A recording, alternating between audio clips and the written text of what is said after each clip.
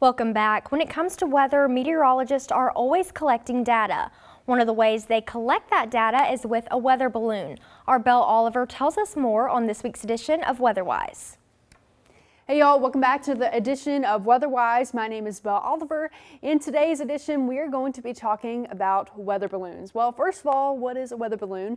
And in its most basic form, weather balloons are basically balloons that we send into the atmosphere to collect data. At the end of a weather balloon is a thing called a radiosonde, and it lets us see all kinds of different things in a vertical profile of the atmosphere. And they're usually sent out twice a day, every single day, once in the morning and once in the evening by National Weather Service offices, and also just some people who have weather balloons. They also are pretty expensive. Here's an example of one. This is me on the storm chase that we did back in May. This is a very tiny one compared to the actual ones that the National Weather Service offices kind of launch on a day-to-day basis. Again, they're really, really expensive. Well, what kind of things do we see from weather balloons? Well, we get lots of data from them.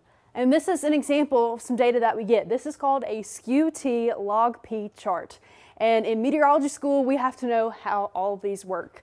Basically, some things that you get is the environmental temperature, the dew point, basically seeing how much moisture is in the atmosphere. We can get winds, we can get some CAPE, convective available potential energy. Y'all, there's so many things on this chart. This is called a hodograph, basically how the wind changes with direction and height. Many things, and weather balloons and radiosondes are very important, and they let us diagnose all kinds of different things in the atmosphere. Well, that's all I have time for today. If you have any other questions for me, make sure to email me at weather@wcbi.com or find us on Facebook and Twitter.